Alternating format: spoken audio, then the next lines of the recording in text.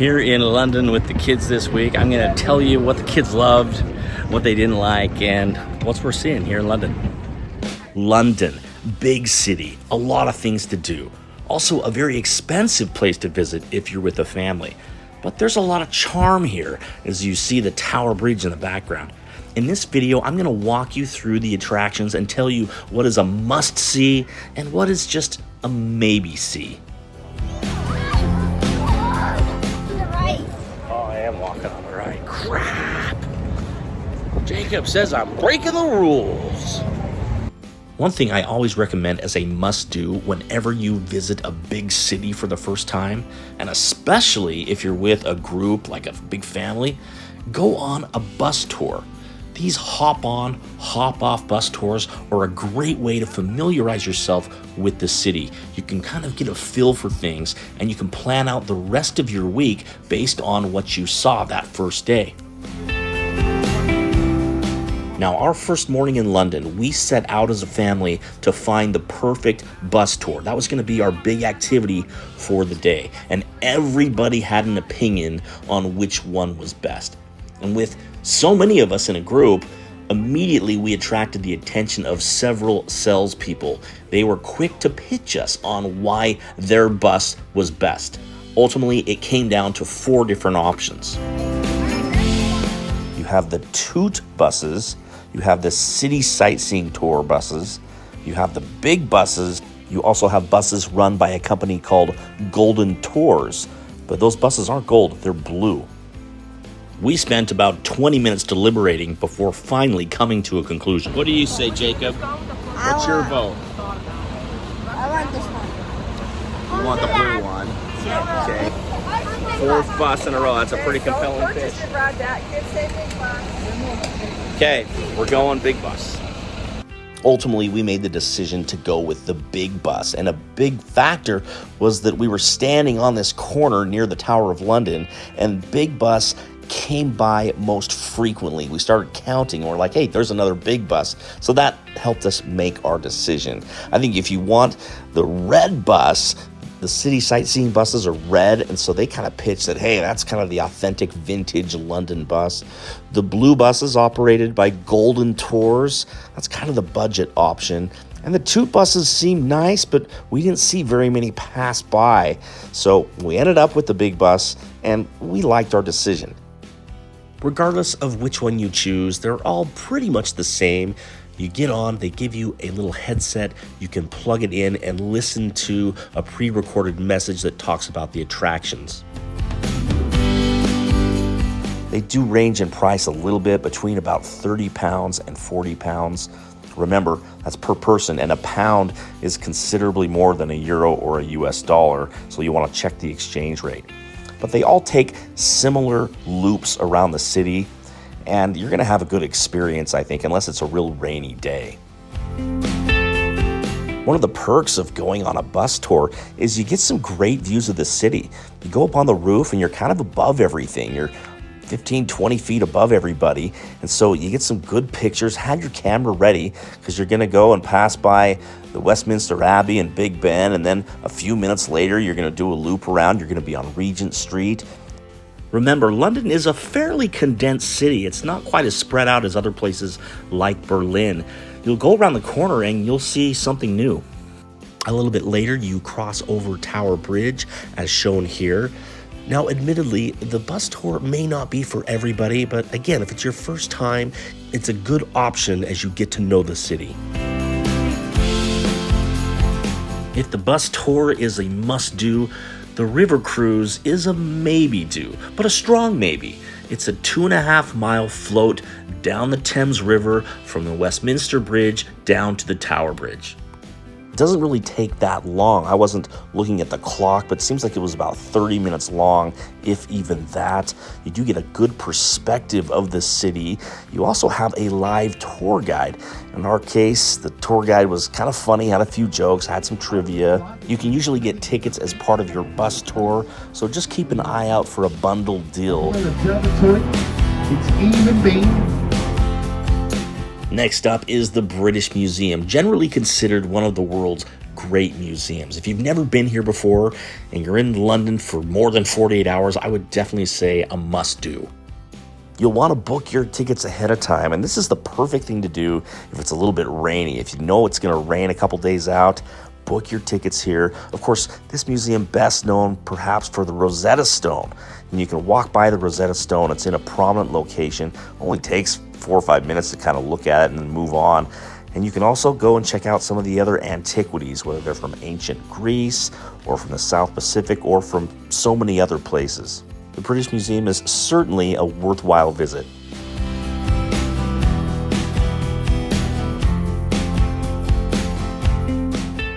Some people might tell you London is a new foodie destination.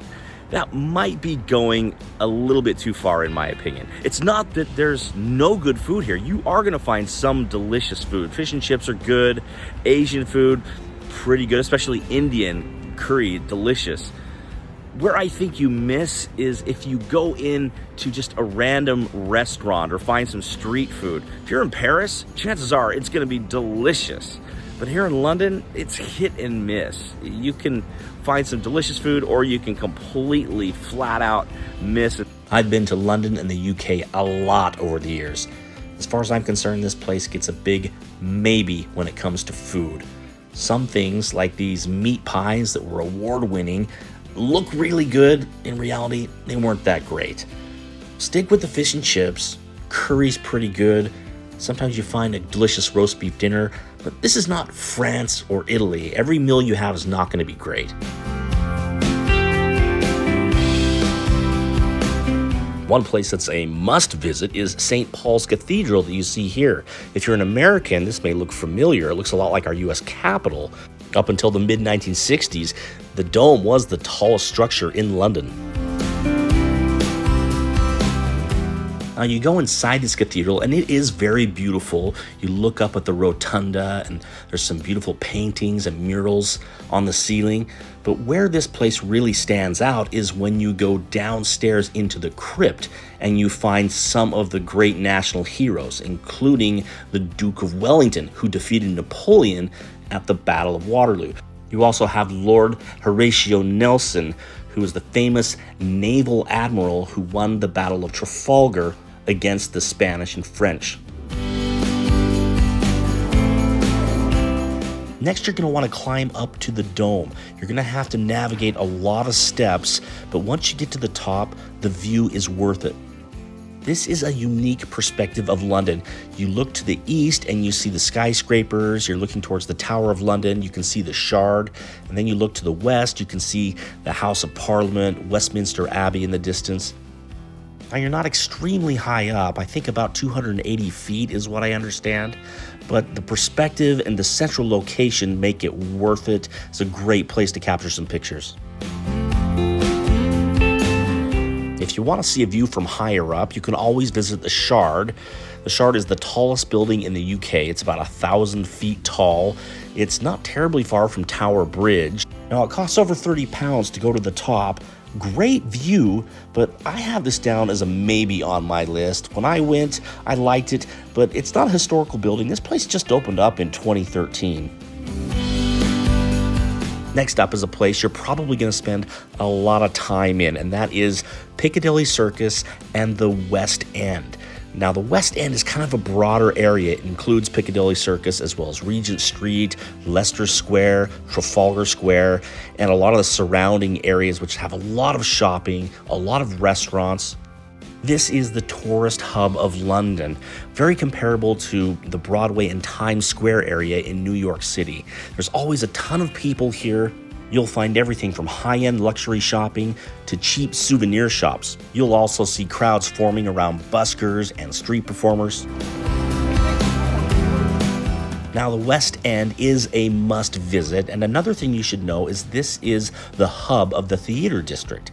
There are dozens of theaters playing big-name performances, just as you find on Broadway in New York City. Now, maybe it's just my experience, but I think ticket prices are a little more reasonable here in London than they are in New York City for some of the big shows.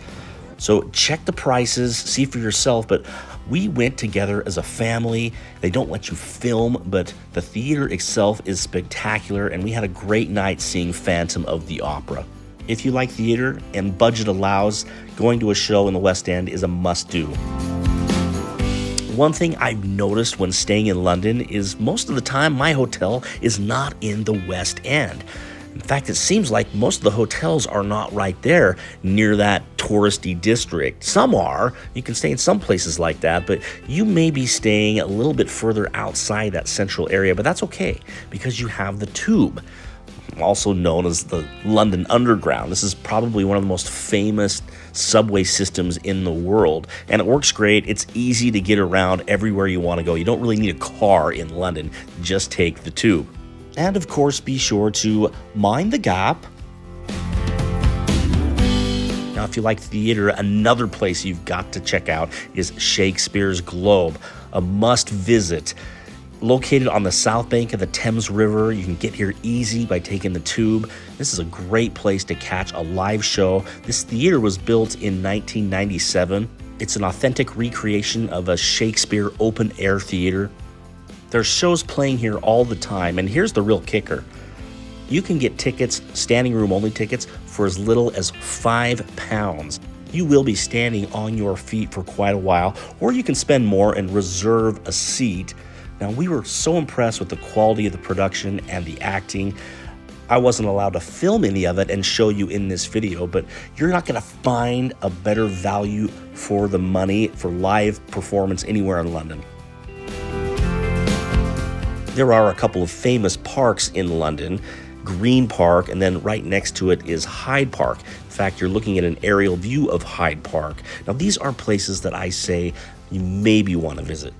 They are both beautiful. There's a lot of open space, a lot of people walking through here, and you do have some monuments and memorials. Now, interesting, if you go to the northeast corner of Hyde Park, that's an area they call Speaker's Corner. It's right next to the Marble Arch. This is an area where free speech is allowed and protected, and there's often crowds gathering and discussions and debates going on. It's been this way going back for over 150 years. I took these pictures when I was visiting one Sunday afternoon. There were a lot of contentious political and religious debates going on. I actually joined one for just a minute, and fun activity if you're passing by on a Sunday afternoon. You can observe or participate if you'd like. Next up, the Westminster Abbey, which of course one of the most famous cathedrals in all of the world, and very closely associated with the British royal family. This is where a lot of the royal weddings happen. This is where the coronation happens. You go in here and no video allowed, but they do allow you to take still pictures. I think the most beautiful part of this cathedral is what they call the Ladies' Chapel. One interesting thing about the Westminster Abbey is you think you're coming to a cathedral, but this place is almost like a mausoleum. There's over 3,300 people buried here. Some of the names you'll recognize. They come from British high society and royalty, and some famous scientists even, like Isaac Newton, famous authors Charles Dickens, and many others. Now, I enjoyed coming to the Westminster Abbey, but to me it kind of falls in the middle ground between a must-see and a maybe. If you have time to come to Westminster Abbey, great. But if you're only going to visit one cathedral, my vote would be St. Paul's. But again, just my opinion.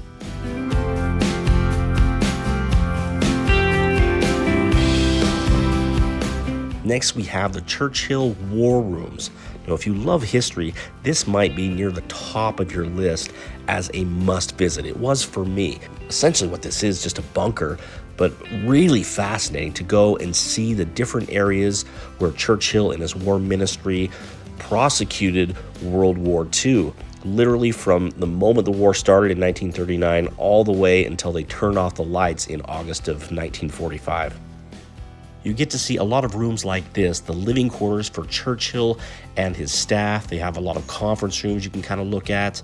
And then there's a whole separate area that is more of a traditional museum where there are many exhibits. They're all very professionally done. And you can spend easily an hour in here going from different section to different section and reading each exhibit. If you're fascinated with World War II history, this is ground zero.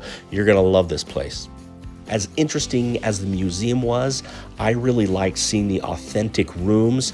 My favorite one was the map room, which you kind of see near the end of the tour, and it shows all the maps on the wall and looks exactly as it did back in the 1940s. Very fascinating to look around and see things as it was during the war. Next, I got a recommendation of sorts. Especially if you're a morning person, you must get up early and see London in the pre-dawn hours. London is usually teeming with people, but early in the morning, nobody's around. Now, you are going to have some traffic, some road traffic, but you walk around a lot of these places, which are usually just full of pedestrians, and it's kind of nice to see it all by yourself.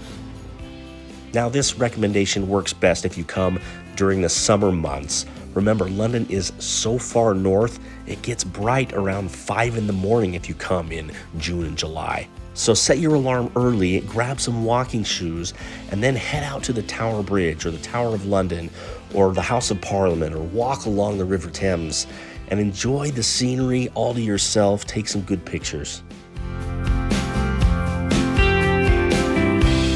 Another recommendation is to check out the Notting Hill neighborhood. Now, this is not a must visit. It's definitely more on the maybe visit list. That said, a really cool place. It's in West London, made famous by the 1990s movie with Julia Roberts and Hugh Grant. But this neighborhood has some charm to it. There's a street market here called the Portobello Market. You can go walk around, get some things. It's about a 30-minute ride in the tube to get here, but kind of worthwhile if you've got a little extra time and mix things up a bit.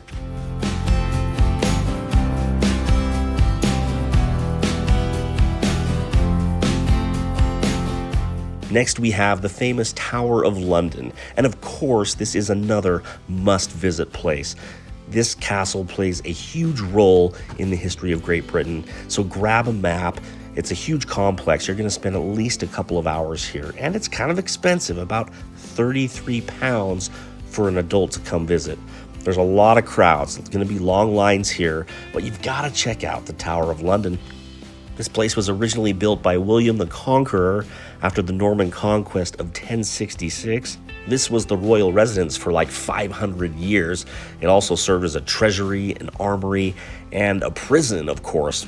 Most famously, a lot of tortures and executions happened here, and that went on. Most of that was in the 16th and 17th century, but this was used as a prison even as recently as World War II. Now, you'll walk through here and you'll see a lot of cannons and gunnery that were used to defend the castle. And then there's also St. John's Chapel, which is unadorned and looks, as they say, it looked clear back in the 13th century.